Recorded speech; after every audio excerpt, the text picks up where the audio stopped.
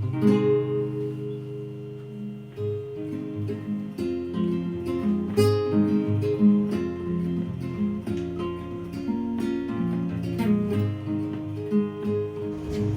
everybody! So I realize this is an odd way to start one of my videos, but what I am doing right now is I am working on masking off a machine for painting.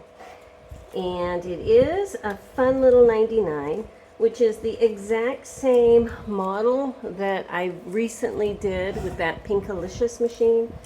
So at first I was thinking, well, I'm not going to do a video because, you know, you just saw me take apart and put together a pink machine. But a couple things. One, this paint on this machine is going to be a little bit different. And I'm going to try a new thing. I get frustrated using an air gun or an airbrush. Not because it's difficult to use, but because the cleaning process when you're using enamel is very difficult because you have to use all kinds of solvents and everything. So I picked one of these guys up, which should make cleaning a lot easier. It's basically a battery operated air gun or airbrush. It's not for large paint. It's more airbrush type and everything, but I'm going to be using that for the detail work because this is going to be a fun machine. So let me just continue getting this masked up. I think I need to get a new razor blade out because this one looks incredibly dull here, doesn't it? To have to hack like that. Yeah, I need to get out a new razor blade. Let me do that and I'll show you the process. So at this point, I've got my little accessories mask. This is still wet and I think I do this differently every time. I need to actually still paint this little circle here.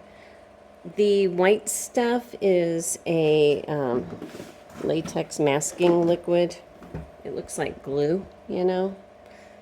And just because it's hard to get a nice taping job in that inside area. So it goes on like glue, it dries clear, and then you peel it off. You know, kind of like when you're sitting there bored in school and you put glue all over your hand and then you peel it off just for fun. If you're in my generation, you know. It's kind of like that, okay? So I'm going to get this in here, put some in here. I have to remember to peel it out. Sometimes I forget to peel it out until the last minute. And this side, it's not as critical that this side is masked because it's just a spring popping in, but this one, it is because you have some movement. Okay, so letting that dry. This wheel, that's what it looks like. It does have the chrome edge, so that is being masked. Anything that has threads, I do put my little silicone plugs in just to protect the threads. So let me go get the machine and I'll start working on that. Okay, so here she is.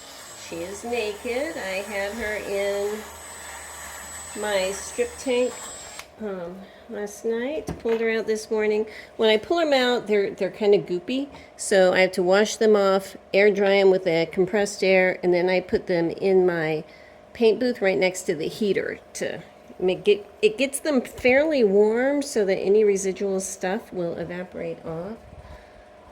I don't take the bushing off, I don't take the main shaft off. And on this one, this lifter lever pin was being particularly finicky, and because I didn't, after pounding for a while, I didn't want to damage her, so I left that in, so I'm going to have to mask around that. And just like the last 99, this is also set in with a pin, so I left it there, you know. It's not going to hurt anything. But I'm just making sure there's no issues, there's no residual paint or anything that I may have missed, especially like around the bottom here. Sometimes things are in the crack like that, as you can see the little crummies. So I'm just going to go do a quick clean and then mask everything up that I don't want to get painted. Put little silicone plugs in any threaded holes that should not have paint on them, and then she'll be ready to go. Up here in the front, you know, I'm masking off my little lever, but I put a piece of grocery bag inside and then some tape over that. But down here below, all of this stuff needs to get painted, so I'm just kind of tucking it in right there. so everything inside will be nice and safe. I might paint over the number on this one. It's in there really deep so that you'll be able to read the number over it, and this is going to have some very dramatic flourishes with pearlized burgundy with dramatic shading and gold, and I think that that might clash a little bit. If anything, I can put just a touch of gold over it at the time, maybe. But for right now, I am going to be painting over that, I think. So, yeah, let me go ahead and finish plugging up little holes.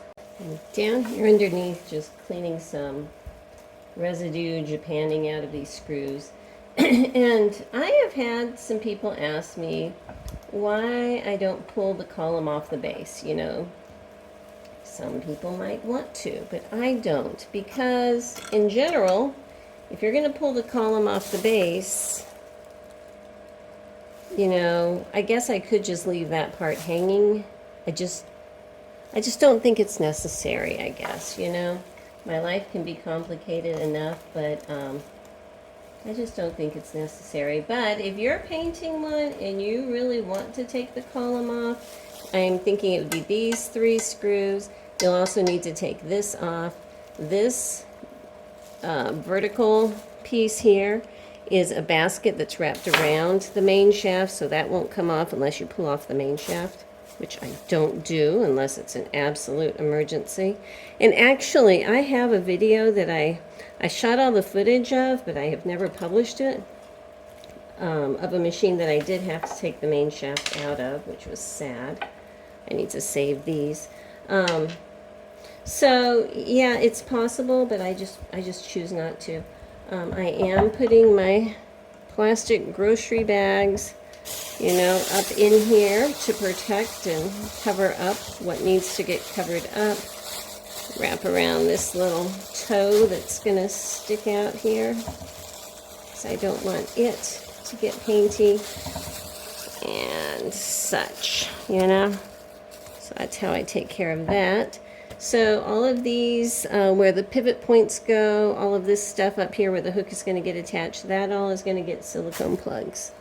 Okay, so she's kind of plugged up down here, and I need to finish doing stuff up here. So this is going to get masked off down here, this in-bushing, the spool pen, these that have the threads, definitely. Sometimes you don't need to mask off the ones that are just plain oil holes, because there's such a small amount of paint that's going to get in there, and it kind of outweighs the risk of getting a masking thing and pulling it off and having it chip around the masking. So that's what I do. Okay, almost done here. I'm going to need to take a little break and go out to the barn, out there, to let my horses out. I bring them in the morning. They're old men. They are, like, my oldest guy is over 30. The youngest guys are 25. You know, they're old retired men. But we bring them in every day to give them special food inside so that we can check them over. You know, it's a nice hobby for them to come in easily. So if anything ever does happen, you know, it's easy to catch them rather than walking around 80 acres trying to find them. Oops, I forgot this little plug here. So anyway, let me go get them and put this into my paint booth so that we can get started painting. Okay, so before, you know, I actually get started in here, I want to show you her light and motor. They were both the kind, and this will obviously get new wires, that plugged into a block, and then the block had the pedal and everything attached. But since the machine is going to be dark and gloomy, well, not gloomy, dramatic.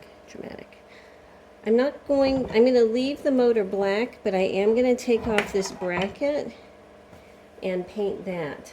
The light, I'm going to polish up.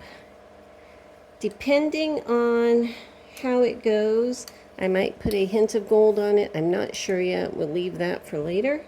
But the only part on the light I'm going to be painting is this bracket here. So I'm going to take that off to make sure I don't lose that little paper washer right there. and the bracket here, and that should come off with just this screw. All of this will be rewired separately. Now, obviously, I did not get these parts into the stripper tank in time yesterday, and but they are small and they are sturdy.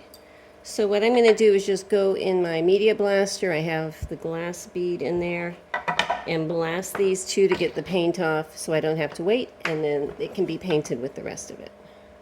So the end of this unscrews. This part unscrews. Okay. I'm going to be replacing this whole wire, so just to make my life easy right now, I'm just going to go ahead and cut it right here and pull these pieces off. Or actually, so I can keep that length, because I can use the length of the existing wire to measure up what my new wire is going to be. I'm just going to pull the plug off. That will work. This over there so I don't lose it. So yeah, let me go ahead and get this off. So this is plastic. It's a little grommety kind of thing, and if you can see, it's very fragile. A little chip came off, but the threads are still intact, so I think that's okay. So untwisting this piece off.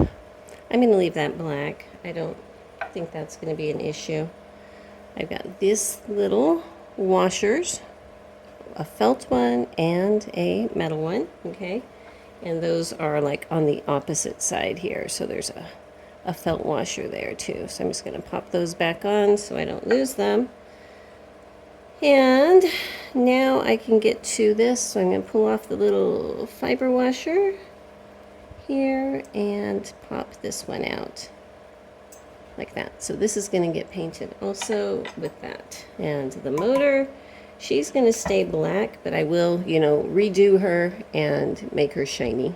Okay, so there they are, all ready to go. Not a lot of masking needs to get done in these. I can just kind of paint them as is. I'm just getting the dust off. It's about 10:30 in the morning, and I am meeting a girlfriend for lunch pretty soon, and I don't want to get halfway through painting and have to leave. So I'm going to put this in there, put this whole thing on pause, and then this afternoon I'll get started painting. Okay, I just put my primer on, set my timer for about 15 minutes or so. Looking through the glass so I know it's cloudy. Basically on everything except that little bracket that held the light, I used 2-in-1 primer because it was cast iron. For that little bracket, I use self-etching primer. Things will just stick better to it that way. So I'm going to give it some time and let that dry up a bit. For the base color, I am using a burgundy gloss, and it's just the base. We're going to be going on top of that with something else. So those are the paints I have right now. As you can see, totally different brands, but they will work together. Okay, so it's been the 15 minutes, and there was a couple little spots on the bed that I didn't like. So what I did is came over it lightly with a 3000 grit sanding sponge, and then with a microfiber cloth, and then with a tack cloth, sticky tack cloth to remove the dust, and then lightly went over it again, those areas with more primer. And so once this one dries, I think we'll be ready to go ahead with the color coat. Well, we have a storm coming in, and we just lost power. So down at the house, I have a big generator for the house, as you can see, but in here it is darkness. So thankfully I have a window in there, so I'm just going to paint the rest of this thing, you know, by window light. And I do have a flashlight to double check stuff, but I need to keep on going. Okay, so this has gotten bad. I mean, the paint is okay, but look, it's gotten dark. The storm came in.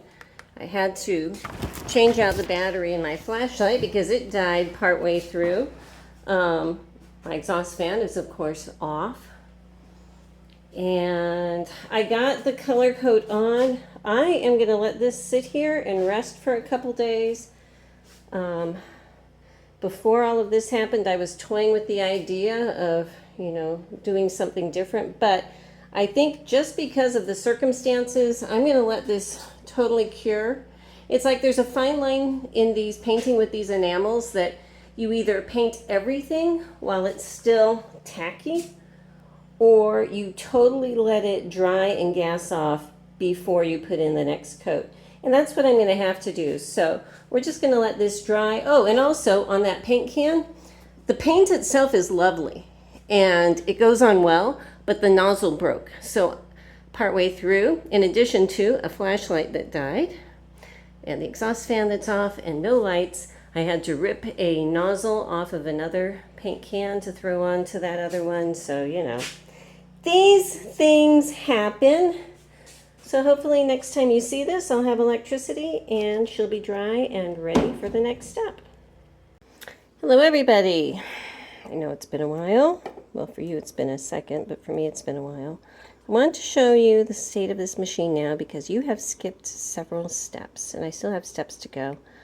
I think last time I had just gotten the burgundy color on and then my power went out, and you know, it's been like that. I've had power off and on several times over the last several days. Just storms and trees down. I live basically in the foothills of Appalachia, so it's very curvy, very trees and stuff, so that happens. What I basically did, what my process for this was, is I actually ended up taking the enamel, the burgundy enamel, off the serial number because I didn't like it. And after that, I came back with black paint in my regular airbrush. I tried that little electric air gun thing. It did not work with enamel.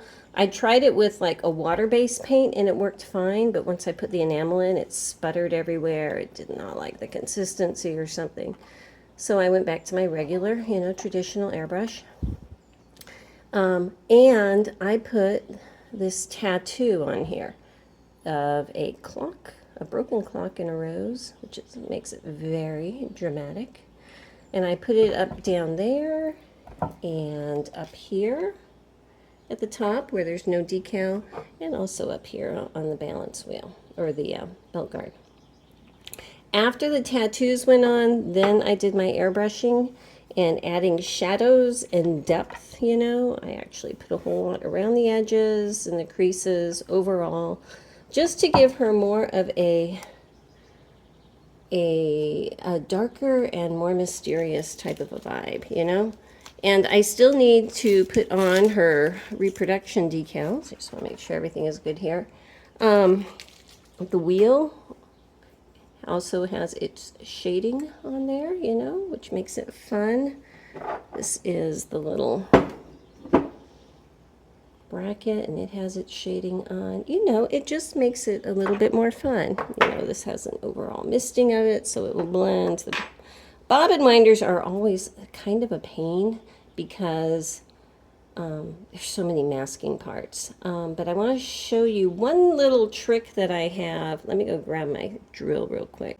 Because I use like the latex masking and everything on here, you know, that's basically glue, and sometimes after you pull it off, it's still a little bit stiff. So what I do is after I get the masking off, and this will work if you just have a stuck bobbin winder too, in general, is I put oil in all the little slots, and then I hook it up to my drill. See if I can do this here on camera. Okay, with oil in the slots, and then I can just turn it, and it will work out anything that might be an issue in there. Come on.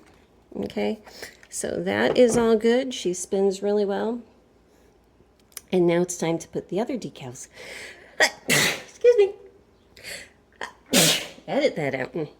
So anyway, she works great now, and now it's time to go ahead and put the final decals on, and then I'll be putting another clear coat on top. But what I did is for her clear coat, and I'll try to impose a picture that I took of the cup, along with my regular clear coat, which is, you know, this stuff here, along with its appropriate hardener.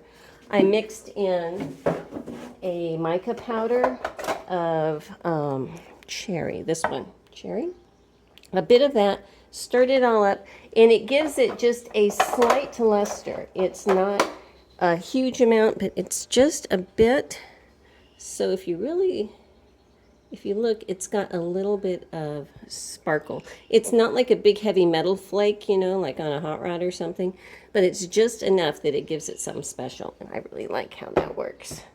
Okay, the decals are going to be these, which are the traditional 99 decals. So let me go ahead and get them cut out, and we'll get started putting them on here.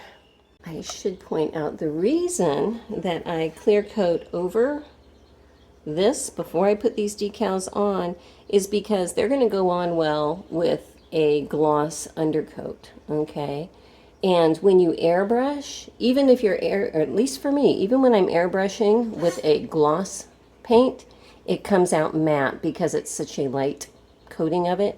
And so if I put these on that layer, it's not going to work well. It's just not going to work well. So I need to make sure I don't get my fingerprints all over this machine. So that's why I do it with the gloss, and then I'll come back with another clear coat on top of it. Now I am using the decals from sewing or singerdecals.com, Keeler Sales, Greg McNulty, however you want to think of it. I'm using his decals, and I'm so thankful that he is back and doing them again. And so I wanted to show you how it's working with the doubling over where the little rose decal is, and that. We wanted the impression that it's kind of a sheer rose, just kind of coming up from the mist, but not really the focal point of it all, you know? So I think that's pretty cool. I think it's really pretty cool. So anyhow, I like to start at the top of the machine and then work my way down. And if you get the decals from him on the website, they do show, he has a little cheat sheet of where the placement is and everything, so you can work through that. So I'm sorry about the glare, you know, that happens. But I wanted to show you how beautiful it's turning out.